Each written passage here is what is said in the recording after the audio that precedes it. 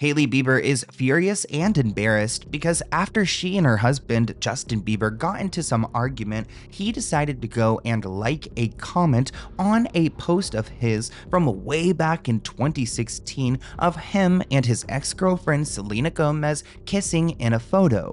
Justin knew that Hailey would receive a lot of hate and people would be talking about him liking this comment that suggested that he and Selena Gomez are forever soulmates. You might want to start sending those cease and desist instead to your husband, because out of anything a content creator could come on here and say that you don't like, the person who has continuously led the charge of embarrassing you and your relationship has been that man. Channing Tatum has been called out by Amanda Seyfried after she shared a disturbing story about him urinating on her while shooting a movie. And Channing even ended up peeing in one of the staffers' drink. Peed on my leg on the beach. I didn't realize at first. And then I was like, oh, that's why he's standing so close to me. What the? Brooklyn Beckham is speaking out against his family and even exposed his own mother, Victoria Beckham, for ruining his wedding and dancing inappropriately with him during his first dance. Let's get into it.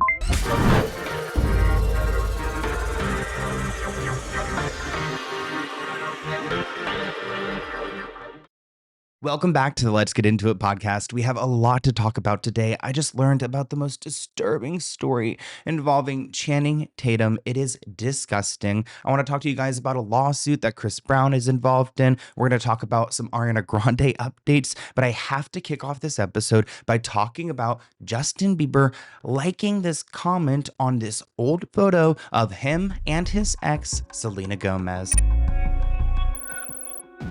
Let's get into Justin Bieber.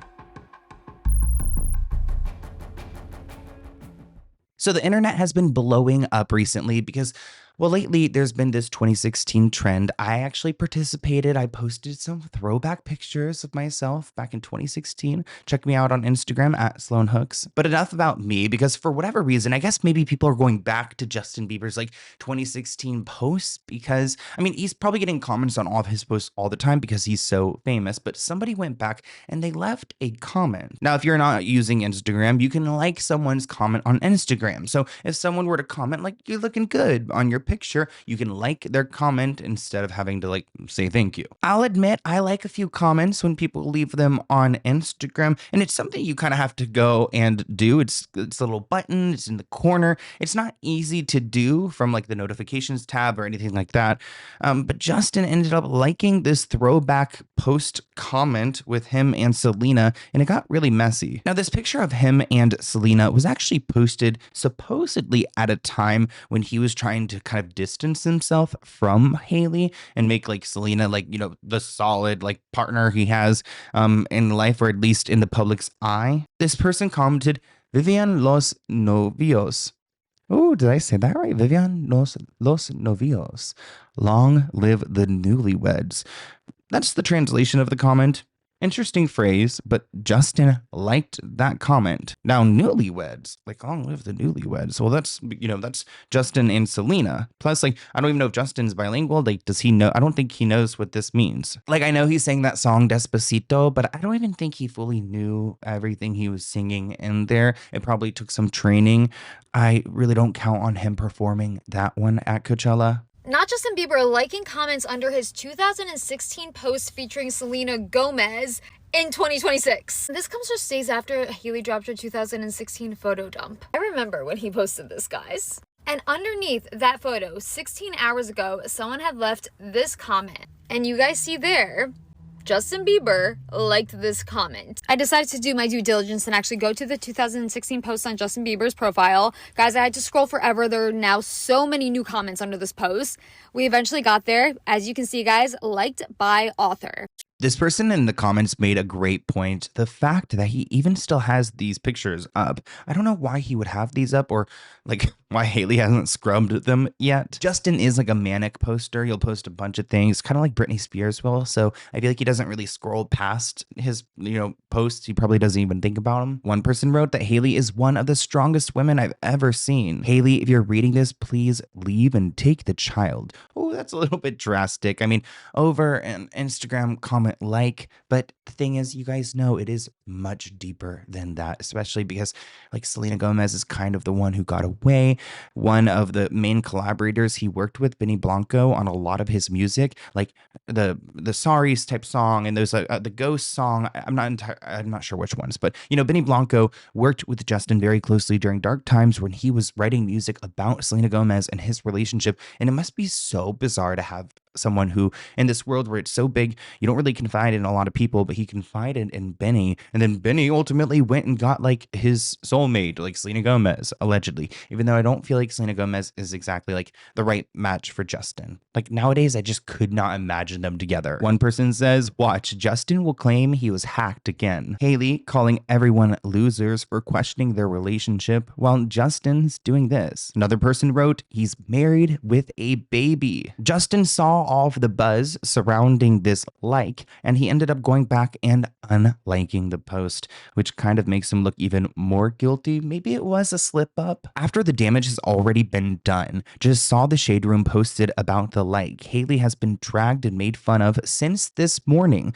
I genuinely believed he did this to hurt her. Plus, he should delete this post and all the posts he has of Selena. He should. Like I feel like that'd be the right thing to do. But no, maybe he did want her to get like punished. And this is maybe his way of showing her he has this power. Who knows what's happening behind the scenes, but I can't imagine like he did this and then for hours and hours and hours they're hanging out and just like having a great time. And he just like went to bed and just like, let this sink in because he knows like he would wake up in the morning and like Hailey would see this. So it does seem like he's trying to hurt her. Let's get into Channing Tatum.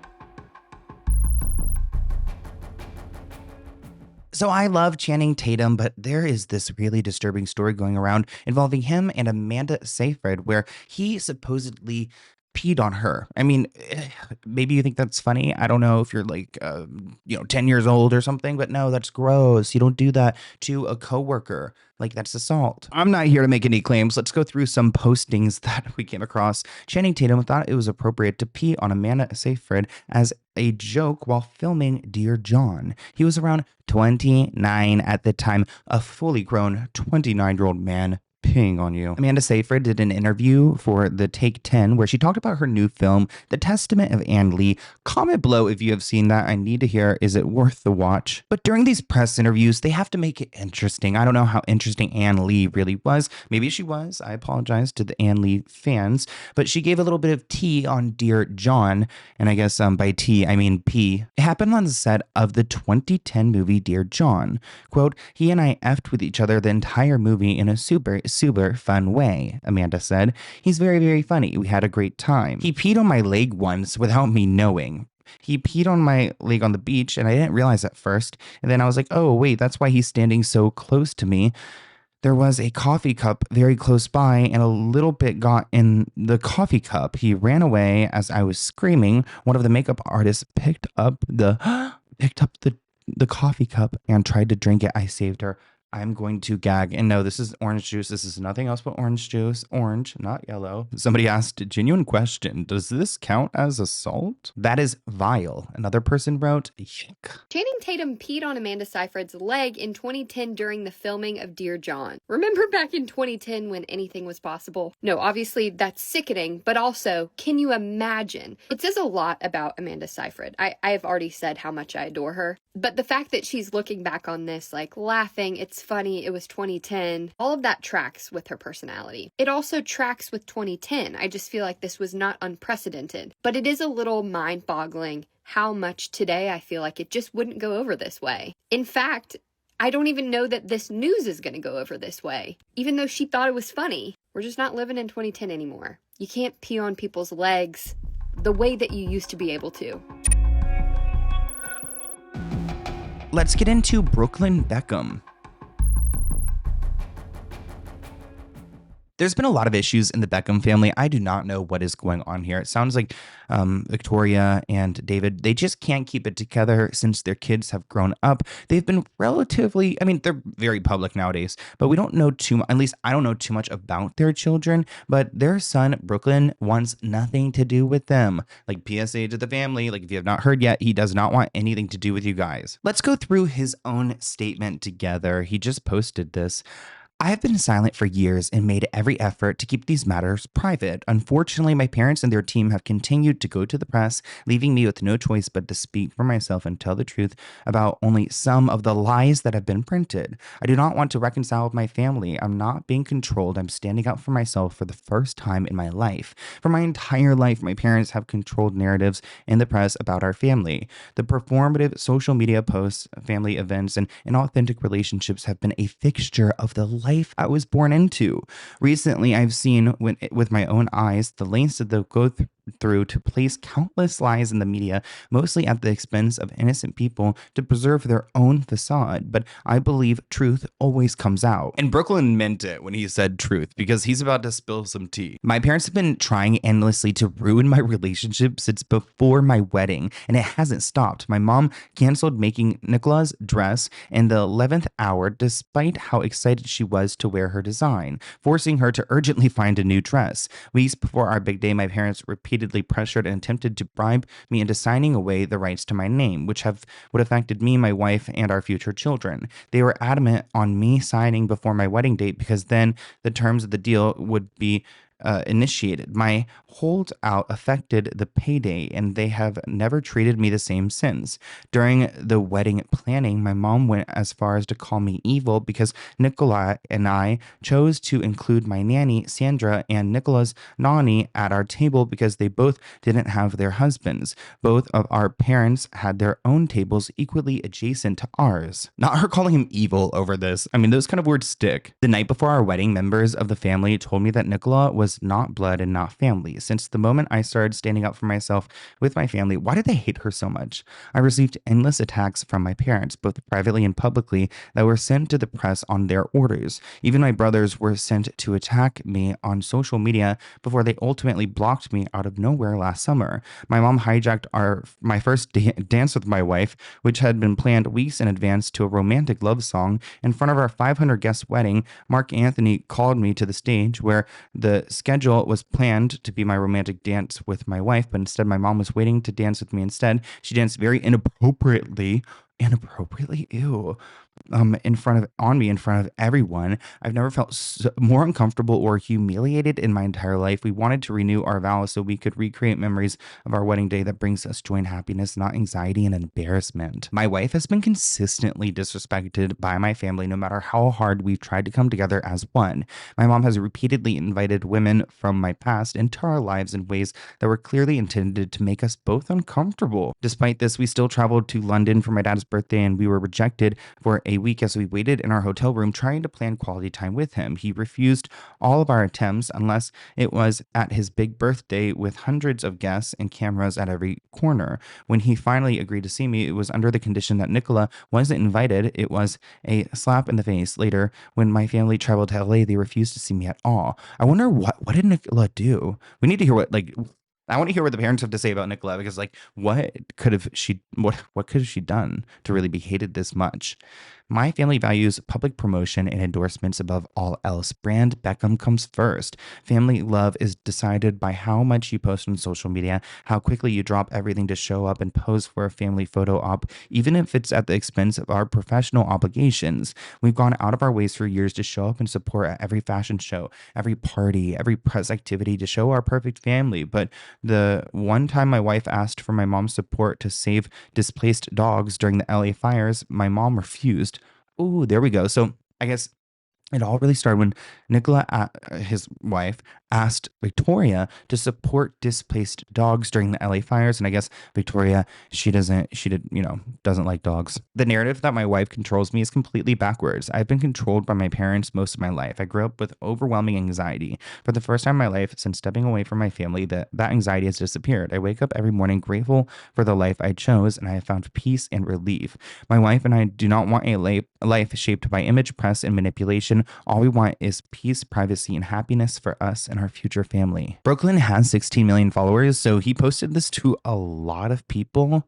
And yeah, so it's making a lot of news right now, and I'm sure Victoria is livid. But honestly, good for him for like standing up against his like celebrity parents, because I feel like there's so many kids who are probably in these highly controlled environments and they don't ever speak their truth. But Brooklyn was pushed towards his breaking point.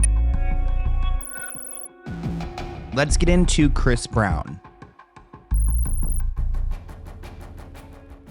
Chris Brown is one of those rappers who I don't understand how he's gotten away with so much, from what he did to Rihanna to what he's done to everyone else. This documentary, Chris Brown, A History of Violence, went through a bunch of different cases where he has assaulted people, attacked people. There are so many different stories about him. I've talked about him before on my channel, but it never really sticks. Well, I'm actually really grateful that this lawsuit was dismissed. He tried to sue the people who made the documentary for $500 million, but a judge saw it and threw it away. The documentary goes through various assault and SA allegations against Chris Brown, including one woman who alleged that he had done some horrible things to her on Diddy's yacht in 2020. Why am I not surprised that Diddy is involved in this? The court personally viewed the entire documentary, and the documentary recites most of the inconsistencies in plaintiff's notes. So in Chris Brown's lawyer's notes, they aren't buying it. Pretty much, the judge said that the documentary provided their receipts and came with evidence. So you have to do better if you want to try to prove their stories false. Chris Brown does have the option to appeal this and try to fight it in court, but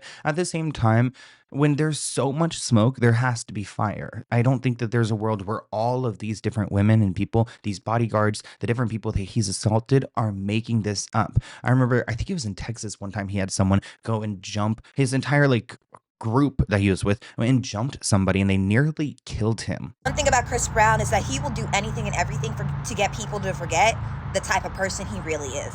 The judge quickly saw right through it and said that the documentary showed proper journalistic standards, so there's no point for him to even file the lawsuit. So that's why it was dismissed. I understand a lot of you guys still like Chris Brown and think that, oh, it was the past is the past, but his past was violent. He hurt so many other women, and I don't think that should be forgotten because he hasn't changed as a person. I like this comment. It ain't defamation if it's true, baby. Delusional and arrogant. I don't think anyone has forgotten the pictures of Rihanna's face after she got out of that car.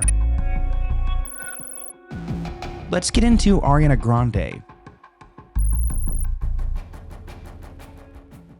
Ariana Grande is one of those people who has been famous for so long that I forget that she's had such a history in the limelight, and she recently did some press and made some comments about her ex-boyfriend. No, not Pete Davidson, but Mac Miller. Just days before what would have been Mac Miller's 34th birthday, Ariana opened up about his influence on her career and her artistry. She said, "My debut album took some time to figure out because there was also a strange presence from Nickelodeon in my head at the beginning of what should I do? What should this project be?" I guess maybe she didn't know how to transition into adult music. She said, "I've never really talked about this, but actually Malcolm, who you might know as Mac, encouraged me to be myself and that it was okay to kind of shed that character and embraced my brown hair and make R&B influenced pop music." I guess that's like her, I don't know if this is offensive, but people say her Black Kiana online, and separate and do the brave thing. It was a great influence. She said, "I was very thankful for that." She said her song My Way was a project that he had a part in. She said, "I was eager to ask him to be part of it, not only because he was perfect for the song, but I also felt like I had him to thank for finding my sound." I've never talked about this, but actually, Malcolm, who you might know as Mac, encouraged me to be myself and that it was okay to kind of shed that character and embrace my brown hair and make R&B influenced pop music and separate and do the brave thing. So yeah, I've never said that, but it was Thank you for sharing. a great influence. Thank you. Oh, somebody in the comments said Black Kiana died that day with him. Please stop. It's getting morbid. Rest in peace to Mac Miller. Throwback to her Yours Truly album. It was so good. But as you guys know, Mac Miller tragically passed away in 2018 at the age of 26 from accidental overdose. It is nice to see that Ariana Grande still credits him and still remembers him and still brings him up in these interviews. I feel like it's actually kind of like emotional for the fans of Mac Miller because she is trying to keep his legacy alive, or at least whatever they had alive. Let's get into Desmond Scott. If you've not heard the drama between Christy Sarah and Desmond Scott, they are a long-time couple. I think they've been together for 12 years. They've been together actually since middle school, but their relationship has played out online, and they've gotten a lot of attention for being this perfect couple and this perfect family until they've filed for divorce because Desmond has been cheating on her. And now we see him in the clubs, like making out with these different women, and it seems like Christy Sarah is a thing of the past. Desmond did recently post on social media after getting a lot of hate comments. People have been ragging on him for throwing away his marriage. Desmond has also been dominating the headlines after these videos surfaced of him making out with this 24-year-old at the club in Texas, and it seemed like Christy was the last thing on his mind. I aspire to be just as unbothered as Desmond Scott one day, because he's letting y'all know that he's back in the kitchen and he's unpacking and unbothered.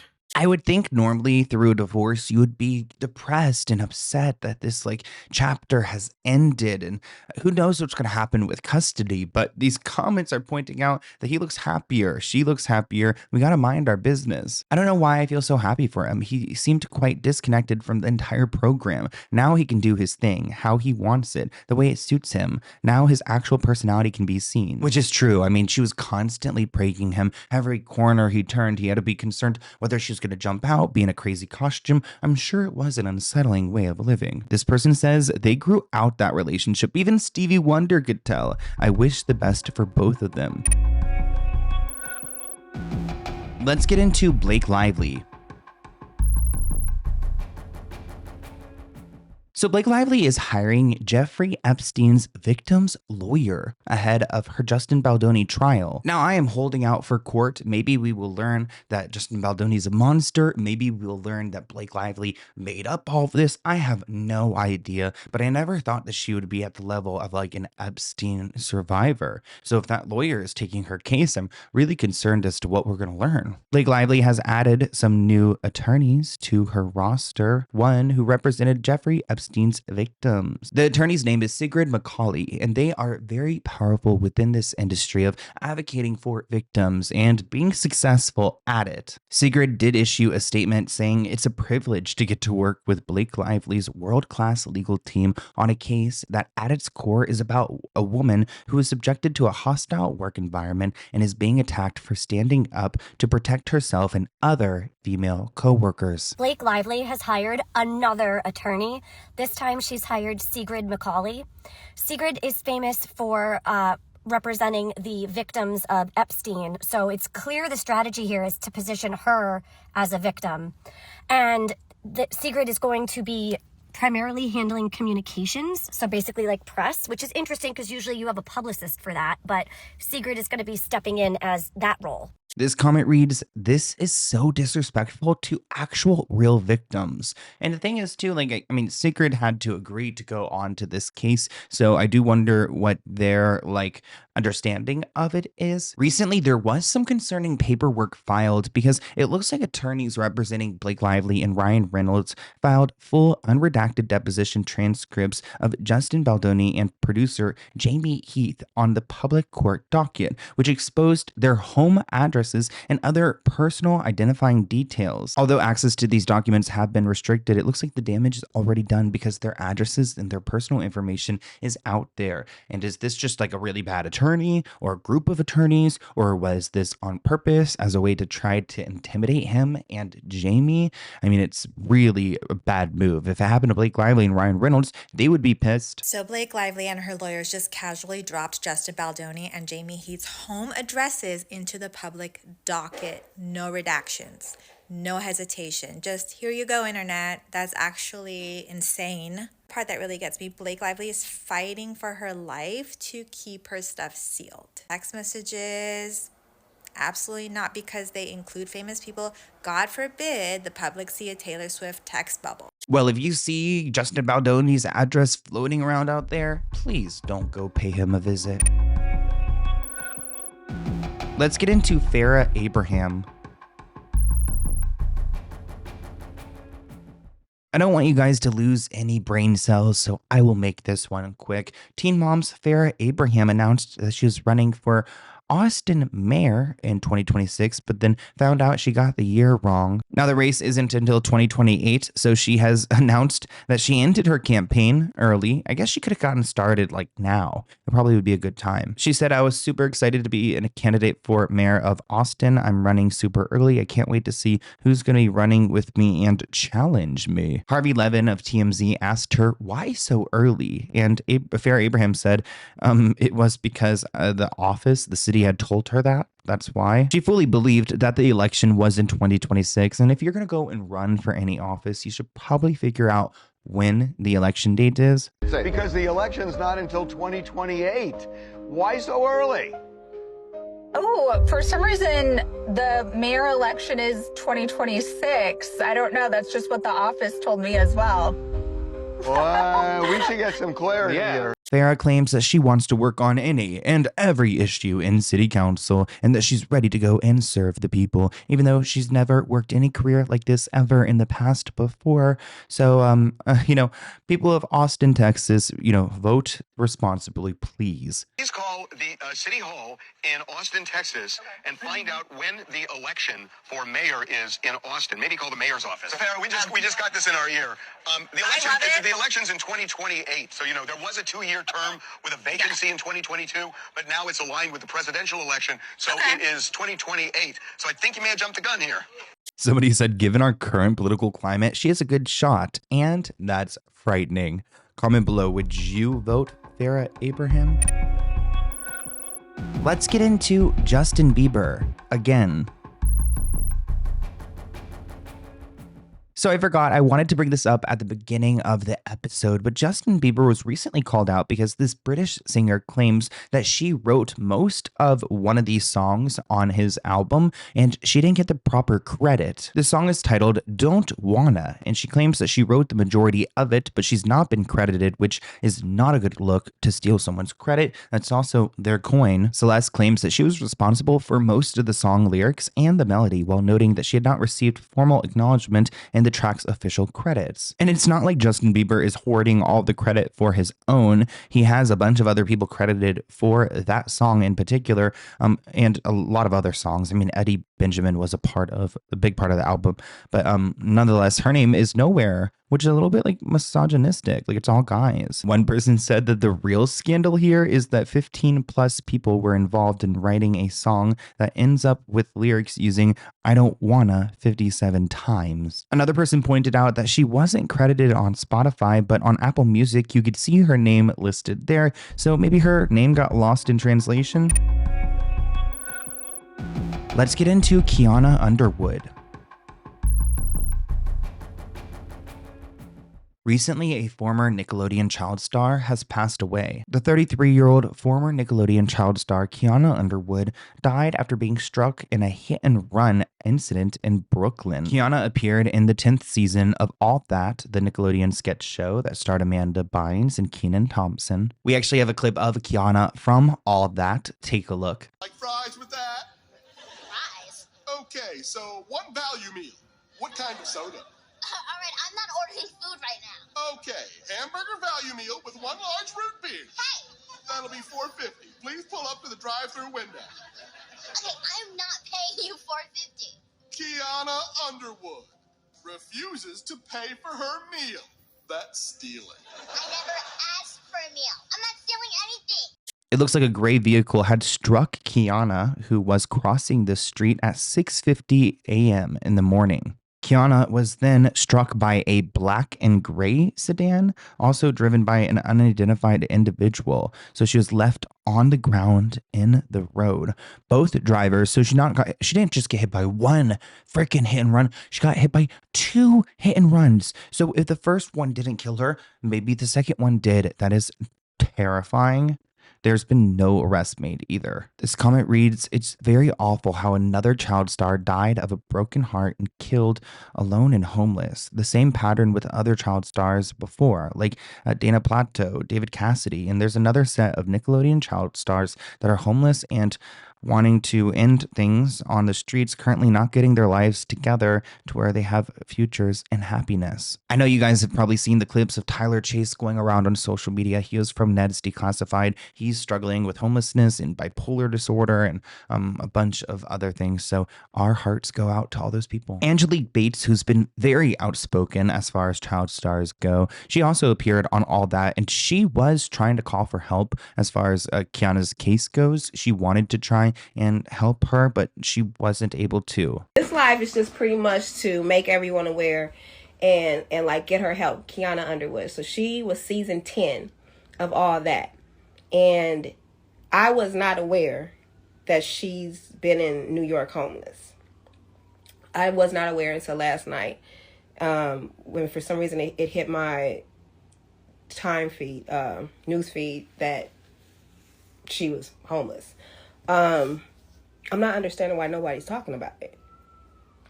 I don't understand why people are being selective with the help that they are giving when certain cast members have been very vocal when it comes to a certain cast member and offering help, but she's like literally one of the babies. That is all I have for you guys for this week's episode of the Let's Get Into It podcast. Let me know what you think in the comments below. I hope you enjoyed, and I will see you in next week's episode. Bye, guys.